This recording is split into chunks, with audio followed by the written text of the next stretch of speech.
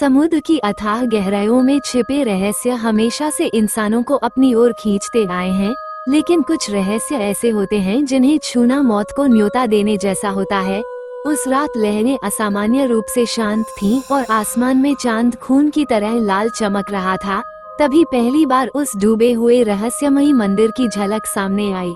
कहते हैं वो सिर्फ पत्थरों का ढांचा नहीं, बल्कि एक ऐसी जागती हुई शक्ति का घर है जो सदियों से किसी के आने का इंतजार कर रही है, और जो भी वहां गया वो कभी वैसा लौटकर नहीं आया जैसा पहले था।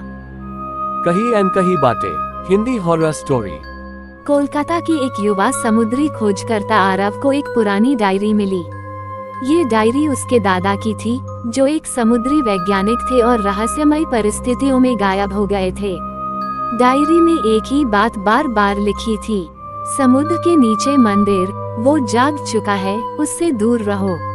लेकिन आरव के अंदर का जिज्ञासु मन डर से बड़ा था। उसने अपने दोस्तों रिया फोटोग्राफर, कबीर डाइवर और नील टेक्निकल एक्सपर्ट के साथ उस जगह पर जाने का फैसला किया, जो बंगाल की खाड़ी के एक सुनसान हिस्से में स्थित थी। जैसे ही उनकी नाव उस लोकेशन के करीब पहुंची, अजीब घटनाएं शुरू हो गईं। कंपास घूमने लगा, जीपीएस सिग्नल गायब हो गया, समुद्र अचानक शांत हो गया। रिया ने कैमरा उठाकर तस्वीर ली और जो दिखा उससे सबके होश उड़ गए। पानी के नीचे एक विशाल मंदिर की परछाई साफ दिखाई दे रही थी। अगली सुबह टीम ने डाइविंग गियर पहना और समुद्र के अंदर उतर गई। जैसे जैसे वे नीचे जाते गए, रोशनी कम होती गई और अंधेरा उन्हें निगलने लगा। अचानक उनके सामने वो मंदिर आ गया। विशाल दरवाजे, टूटी हुई मूर्तियां और दीवारों पर अजीब लिपि। मंदिर के मुख्य द्वार पर एक शिलालेख था, जो यहाँ आया वो कभी वापस नहीं जाएगा। कबीर ने हंसते हुए कहा, बस डराने के लिए लिखा है। लेकिन कुछ सेकंड बाद ही उसकी हंसी चीख में बदल गई। कबीर अचानक पानी में तड़पने लगा, उसके मास्क के अंदर खून भरने लगा और उसने इशारा किया, पीछे देखो। आरव ने पीछे मुड़कर देखा, एक काली परछाई जो इंसान जैसी थी, लेकिन आंखें पूरी सफेद थीं। वो चीज कबीर को पकड़कर अंधेरे में खींच ले गई। कबीर गायब हो गया। डरे हुए आरव, रिया और नील मंदिर के अंदर भागे। अंदर का दृश्य और भी डरावना था। दीवारों पर खून के निशान, फर्श पर कंकाल और एक विशाल मूर्ति जिसकी आंखों से काला पानी बह रहा था।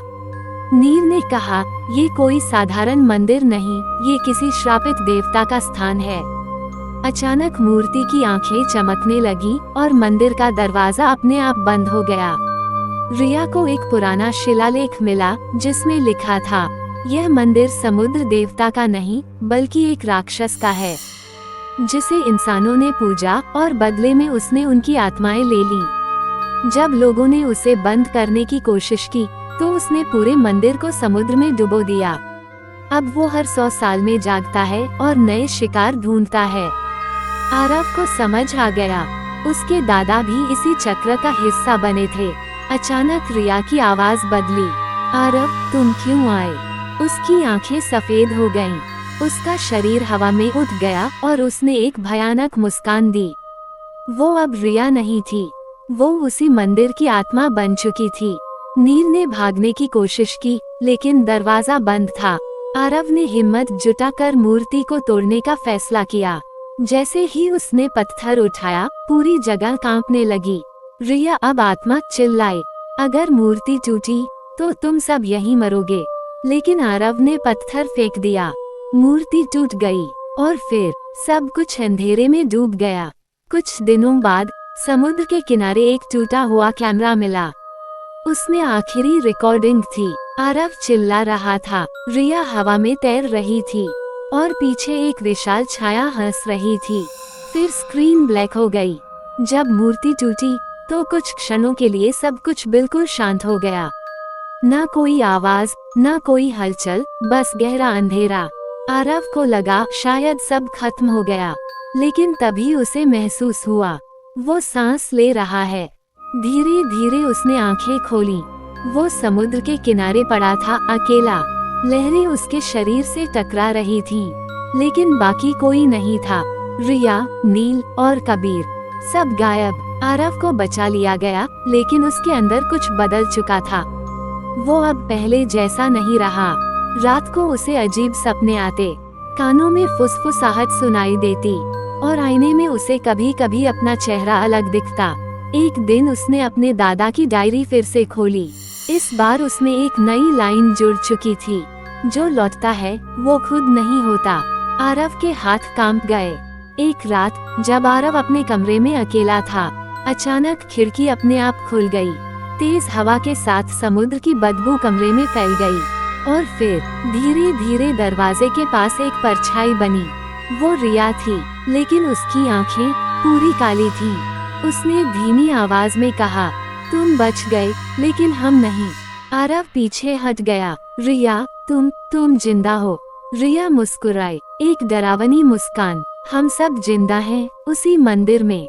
रिया ने बताया, जब मूर्ति टूटी तो मंदिर खत्म नहीं हुआ, बल्कि वो और भी ताकतवर हो गया। मूर्ति सिर्फ एक दरवाजा थी, असल राक्षस तो अब आजाद हो चुका था और अब वो आरव के अंदर था। उस रात के बाद आरव को अजीब अजीब चीजें महसूस होने लगीं। उसे पानी से डर नहीं लग रहा था, बल्कि खिंचाव महसूस हो रहा था। उसकी त्वचा पर नमक जमने लगा और उसकी आंखें कभी कभी सफेद हो जाती। एक दिन उसने खुद को आईने में देखा। उसकी आंखें पूरी तरह बदल चुकी थीं। वो वही बन रहा था जो मंदिर में था। एक रात उसे एक आवाज आई, वापस आओ, मंदिर तुम्हारा इंतजार कर रहा है। आरव खुद को रोक नहीं पाया। वो बिना सोचे समझे उसी जगह की ओर निकल पड़ा, जैसे कोई अदृश्य शक्ति उसे खींच रही हो। समुद्र पहले जैसा नहीं था। इस बार लहरें खुद रास्ता दे रही थीं। पानी काला हो चुका था और आसमान में कोई चांद नहीं था। जैसे ही आरव पानी में उतरा, उसे डर नहीं लगा, बल्कि सुकून मिला। जैसे ही वो नीचे पहुंचा, मंदिर पहले से भी विशाल था। टूटी हुई मूर्ति फिर से जुड़ चुकी थी, लेकिन इस बार उसका चेहरा अलग था। वो चेहरा आरव का था। रिया, नील और कबीर सामने खड़े थे, लेकिन अब वो इंसान नहीं थे। उनके शरीर पारदर्शी थे और आंखें खाली। उन्होंने एक साथ कहा, अब तुम हमारे जैसे बन चुके हो, अब तुम्हें भी किसी और को यहाँ लाना होगा। आरव समझ गया, ये एक चक्र है। हर बार कोई आता है, कुछ लोग मरते हैं और एक इंसान वापस जाता है, ताकि वो अगली बार किसी और को यहाँ ला सके। वो अब दरवाजा बन चुका था। समुद्र के भीतर उतरते हुए इस बार आरव अकेला